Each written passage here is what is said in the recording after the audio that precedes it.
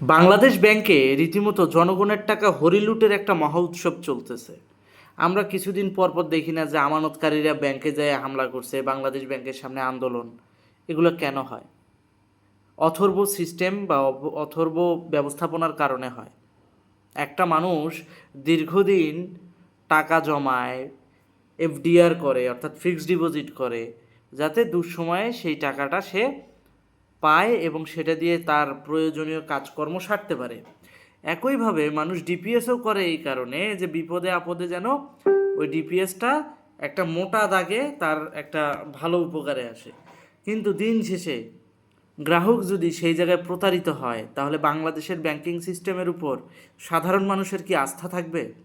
Already insurance সেক্টরের উপরে কিন্তু মানুষের আস্থা চলে গেছে, কারণ মানুষ এখন পায়ে ধরলেও কেউ আর ইন্স্যুরেন্স করে না। কেন করে না?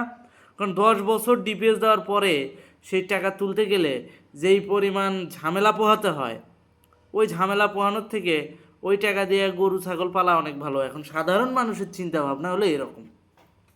খেয়াল করে দেখেন, একইভাবে বিভিন্ন গভর্নর আসে বাংলাদেশ ব্যাংকে, কিন্তু গভর্নর আসে গভর্নর যায়, কিন্তু ব্যাংকিং সিস্টেমের কি কোনো চেঞ্জ হয়? হয় না। গভর্নর যায়, গভর্নর আসে, এই প্রকল্প ওই প্রকল্প, হ্যান করেঙ্গা ত্যান করেঙ্গা, এই পরিকল্পনা ওই পরিকল্পনা অনেক নেয়, কিন্তু কিছুদিন পর সেই পরিকল্পনা মুখ থুবড়ে পড়ে।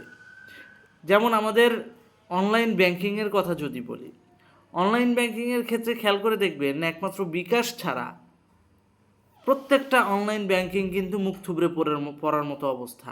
কেন? কারণ সঠিক ব্যবস্থাপনা নাই। তারপর আজকে দেখলাম নিউজে বাংলাদেশ ব্যাংকের গভর্নর বলতেছে যে প্রত্যেকটা কেনাকাটায় বাংলা কিউআরের মাধ্যমে লেনদেন করতে হবে, এটা বাধ্যতামূলক করতে পারে। উন্নত বিশ্বে খেয়াল করে দেখবেন ওখানে কিন্তু এই যে কাগজের টাকার নোট নিয়ে কিন্তু হাঁটাহাঁটি করে না, পকেটে টাকার বান্ডিল রাখে না। তো ওখানে কি করে, হয় credit card debit card, otherwise ওই যে মোবাইল ফাইন্যান্সিয়াল ব্যাংকিং স্ক্যানারের মাধ্যমে পে করে দেয়। বাংলাদেশও চিন্তা করতেছে যে আমাদের দেশও ক্যাশলেস করব, এবং সেই অনুযায়ী তারাও কিউআর সিস্টেম লেনদেন ব্যবস্থাপনা করতে চাচ্ছে। এখন কিউআর সিস্টেম তারা লেনদেন ব্যবস্থাপনা যে করবে, এটার জন্য বাংলাদেশ কতটুকু প্রস্তুত, প্রস্তুতিটাও তো থাকতে হবে। বাংলাদেশের তো প্রস্তুতি নাই। কেমনে প্রস্তুতি নাই? বাংলাদেশের সার্ভার একটা জায়গা থেকে আরেকটা জায়গায় টাকা পাঠাইতে গেলে সেখানে ট্রানজ্যাকশন হিস্ট্রি যদি আপনি খেয়াল করে দেখেন, প্রায় 24 ঘন্টার ব্যবধান তৈরি করে দেয়। তো একটা সার্ভার যদি লেনদেনের ক্ষেত্রে 24 ঘন্টার ব্যবধান তৈরি করে দেয়, তাহলে যে বেচারা মুদি দোকান থেকে ধরেন কথার কথা 200 টাকার কেনাকাটা করলো, কথার কথা 200 টাকার কেনাকাটা করলো মুদি দোকান থেকে, তাকে তো কিউআর কোডের মাধ্যমে স্ক্যান করে তো পেমেন্টটা করতে হবে, এবং সেই পেমেন্টটা সাথে সাথে চলে গেলে তবেই না তাকে মাল দিবে, তাই না? এখন ধরেন ক্রেতা স্ক্যান করে পেমেন্ট করে দিল, ওই টাকা সাথে সাথে বিক্রেতার অ্যাকাউন্টে যদি জমা না হয় এবং মাঝখানে সার্ভারে যদি আটকে থাকে, সে দায়ভার না দোকানদার নিবে না ক্রেতা নিবে? ক্রেতা তো বলবে যে হ্যাঁ আমি তো টাকা পাঠিয়ে দিয়েছি, বিক্রেতা বলবে হ্যাঁ আমি তো টাকা পাই নাই। লাগবে দ্বন্দ্ব, ঝগড়া, যেটা এখন আমরা দেখি ওই আইটি অব্যবস্থাপনার কারণে। ওই যে বিভিন্ন দেখবেন, খেয়াল করে দেখবেন উবার পাঠাও এই অ্যাপসগুলো কিন্তু একটা সময় ভালো চলতো, এখন আইটি অব্যবস্থাপনার কারণে দেখবেন ওই ইয়ারা কি করে, এটারে কি বলে, মোটরসাইকেলওয়ালারা কি করে, ডাইকা ডাইকা রিক্সাওয়ালাদের মতো যাত্রী নেয়। ঠিক একই অবস্থা হবে 2 দিন পরে এই হচ্ছে কিউআরের। যখন দেখবে কিরে বাল কিউআরে আমি পেমেন্ট করলে সেটা সঠিক সময়ে যাচ্ছে না, সাথে সাথে বিক্রেতার অ্যাকাউন্টে ঢুকতেছে না, দেরি হচ্ছে, আমি কিউআরে বাংলা কিউআরে পেমেন্ট আমি করব না। তখন সাধারণ মানুষ কী করবে? ওই আগের মতোই ক্যাশ লেনদেন করবে, অন্যথায় বাটার পদ্ধতি ইউজ করবে। দুইটার যে কোনো একটা। এখন কথা হচ্ছে, আপনি কি তাহলে এই প্রকল্প বা এই প্রজেক্টটাকে ভেস্তে যেতে দিবেন? সরকার তো এটা ভালোর জন্যই এই প্রকল্পটা হাতে নিয়েছে। না, এটা ভেস্তে দেওয়ার কোনো মানেই হয় না। প্রথমত আমাদের যেটা করতে হবে, বেসিক ঠিক করতে হবে। বেসিক ঠিক না করে আকাশচুম্বী চিন্তা ভাবনা করলে তো হবে না, তার ফলাফল ভালো হয় না। আমরা মানুষের মতো মানুষ হওয়ার আগে ডিজিটাল হয়ে গেছি। সমস্যা হচ্ছে এই জায়গায়, আমরা কাউকে সম্মান দিতে জানি না। আমরা কাউকে সম্মান দিলে মনে করি তার পা চাটতেছে।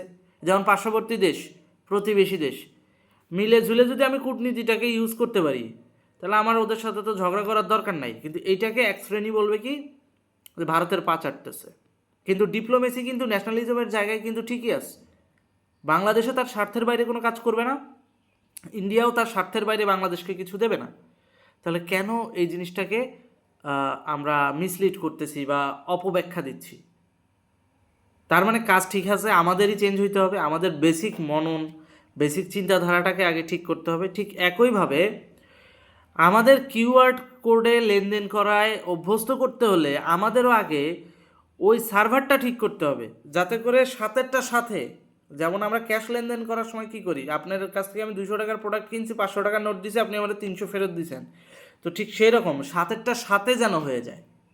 সাথেরটা সাথে হয়ে গেলে সুবিধাটা কি হবে, তখন সাধারণ মানুষ একটা মুদি দোকানে একটা কিউআর রাখতে পারবে, যে না দিন শেষে কাস্টমার খায়া দেয়া ওই খুচরার ঝামেলা থাকতেছে না, যে 2 টাকা খুচরা নাই ভাই পরে নিয়েন, 5 টাকা খুচরা নাই ভাই পরে নিয়েন, সাথেরটা সাথে কিউআরে স্ক্যান করে দোকানদারের অ্যাকাউন্টে টাকা চলে যাবে, বাস কেনাকাটা করে নিয়ে আসবে। এই সিস্টেমটাকে যদি তৈরি করতে হয় তাহলে এনএফসি সিস্টেমে যাওয়া চলবে না, যেটা যেতে হবে সেটা হচ্ছে ইউপিআই সিস্টেমে, যেটা পার্শ্ববর্তী দেশের সহ, যেমন ধরেন আপনার ইন্ডিয়া, নেপাল, ভুটান, প্রত্যেকটা দেশেই এই ইউপিআই সিস্টেম আছে। ইউপিআই সিস্টেমটা কি? ইউপিআই সিস্টেমটা হচ্ছে এরকম, আপনার দোকানদার একটা মুদি দোকানের কাছে যাবেন, ওখানে ক্যাশ লেনদেন হয় না। আপনি যদি মেঘালয় যান, আপনি যদি ত্রিপুরাতে যান, দেখতে পাবেন ক্যাশ একদমই লেনদেন হয় না। কি হয়েছে, আপনার কিউআর কোড আছে, আপনি কিউআর কোডে টাকা দিয়ে চলে যান, ঠিক যেটা এখন বাংলাদেশ ব্যাংকের গভর্নর বলতেছে যে আমরা বাংলা কিউআরের মাধ্যমে লেনদেন করব। সার্ভারটা ঠিক করতে হবে আপনাদের। সার্ভার ঠিক করে যদি আপনারা ওই বাংলা কিউআরটার লেনদেন ঠিক করতে পারেন, তাহলে হবে কি, সাতেরটার সাথে কেনাকাটা যখন হবে, সাতেরটার সাথে পেমেন্ট সাতেরটার সাথে চলে যাবে, তখন লেনদেনটাও ইজি হবে। তা না হলে আপনার 500 টাকা বাংলা কিউআরে দিলাম, আমার টাকা ডিপোজিট হবে বিকালে, তো দোকানদার কি আমার সাতেরটার সাথে মালামাল দিয়ে দিবে? দোকানদার তো ডাইরেক্ট বলবে দৌড় ভাই, পরে আপনারে কই খুঁজতে যাবো। ব্যাপারটা এরকম। তো পরিশেষে কেন বললাম এই কথা, যে আমাদের রাষ্ট্রীয় ব্যাংকিং সার্ভার যদি প্রপারলি ঠিক না হয়, তাহলে এই কিউআর কোডের সিস্টেমটা একদমই ভেস্তে যাবে। আর আরেকটা জিনিস করতে হবে, বাংলাদেশের যত মোবাইল ফাইন্যান্সিয়াল অপারেটর আছে সবগুলাকে এক ছাতার নিচে নিয়ে আসতে হবে, যে ভাই আপনি বিকাশ ইউজ করেন, আপনি নগদ ইউজ করেন, আপনি যে কোনো কিছুতে ইউজ করেন, নগদ থেকে বিকাশে পেমেন্ট করা যাবে, বিকাশ থেকে নগদে পেমেন্ট করা যাবে, নগদ থেকে ব্যাংকে পেমেন্ট করা যাবে, ব্যাংক থেকে আবার কোনো কিছু কেনাকাটা করলে সাবস্ক্রিপশন ফি টি সব অনলাইনে দেওয়া যাবে। এই ব্যবস্থাটা তৈরি করতে হবে। টোটাল হচ্ছে ইউপিআই সিস্টেম, অর্থাৎ সার্ভারটা এরকম থাকবে যে আপনি কোন মেথড ইউজ করতেছেন, গুগল পে না বিকাশ, না আপনি নগদ ইউজ করতেছেন, না হচ্ছে কিউ ক্যাশ ইউজ করতেছেন, না Dutch Bangla mobile banking use করতেছেন, এটা ফ্যাক্টর না। ফ্যাক্টর হচ্ছে আপনি যেই মোবাইল ব্যাংকিং সার্ভিসে ইউজ করেন না কেন, আপনি কিউআরে লেনদেন করতে পারবেন, এবং অ্যাক্রস, অর্থাৎ এক জায়গা থেকে বিকাশ থেকে নগদে, নগদ থেকে ডাচ বাংলা মোবাইল ব্যাংকিং, এইরকম অ্যাক্রস প্ল্যাটফর্মে আপনি চাইলে লেনদেনটা করতে পারবেন। এই ব্যবস্থাপনা একমাত্র ইউপিআই সেবার মাধ্যমেই আপনি পেতে পারেন। আর এনএফসি সেবা যেটা, সেটাকে যদি আপনারা ডেভেলপ করতে পারেন, যদি সেটাকে প্রপারলি ডেভেলপ করতে পারেন, যে হ্যাঁ কোনো খাদ নাই, সাথেরটার সাথে লেনদেন হয়ে যাচ্ছে, সার্ভারে টাকা আটকে থাকতেছে না, সাধারণ মানুষ নির্বিঘ্নে পেমেন্ট করতে পারতেছে, তাইলে ইটস ওকে, তাহলে আর কোনো সমস্যা নেই। এটা গেল কিউআরের বিষয়। এবার আসি আমানতদার। অনেক ব্যাংকের সাথে একীভূত করে দেওয়া হচ্ছে, কিন্তু আমানতকারীরা তো এত কিছু বোঝে না। আমানতকারীরা বুঝবে কি, ভাই আমি টাকা দিছি, আমার টাকা ফেরত দিবেন, প্রফিট সহ কিংবা প্রফিট ছাড়া। বাংলাদেশ ব্যাংকের সামনে আন্দোলন করা এমনও মানুষ দেখলাম যারা তাদের সর্বোচ্চ সঞ্চয় করছে, সন্তানরে না খাওয়ায় সেই টাকা সঞ্চয় করছে, পারিবারিক কাজে লাগাবে, সেই মানুষটা এখন ডিপিএসের টাকা তুলতে পারছে না, মানে রীতিমতো আন্দোলন করে করেও সেই টাকা পাচ্ছে না। তাহলে এই যে ভয় একটা তৈরি করে দিলেন, যে বেসরকারি ব্যাংকে টাকা রাখলে সেই টাকা পাবেন কিনা কোনো নিশ্চয়তা নাই, এই যে একটা ভয় তৈরি হলো, ভবিষ্যতে এটা তো পুরো ব্যাংকিং সেক্টরের উপর দিয়ে যাবে, সাফার করবে পুরো ব্যাংকিং সেক্টর। এটা বন্ধ করা উচিত, এবং দ্রুত আমানতকারীদের আমানত ডকুমেন্ট চেক করে করে ফেরত দেওয়া উচিত, এবং এই উদ্যোগটা নেওয়া উচিত বাংলাদেশ ব্যাংকের। আর যে সে লোকের ব্যাংকের লাইসেন্স দেওয়া উচিত না। আমি ব্যক্তিগতভাবে মনে করি যারা আমানতদার আন্দোলন করতেছে, নিজের সঞ্চয়কৃত টাকা তুলতে পারছে না, এই মানুষগুলোর দিকে তাকানো উচিত। এখন বলতে পারেন ভাই এই টাকাগুলো গেল কই? এখন উচিত কথা বললে তো আপনাদের মন খারাপ হবে। এইচ মুনছুর যে সাবেক গভর্নর ছিল ডক্টর ইউনূসের আমলে, ওর মেয়ের বিলাসী জীবন যুক্তরাজ্যে, এত টাকা কোত্থেকে আসে? সব এই আমানতকারীর মাইরে দেওয়া টাকা, সব এই আমানতকারীদের মেরে দেওয়া টাকা।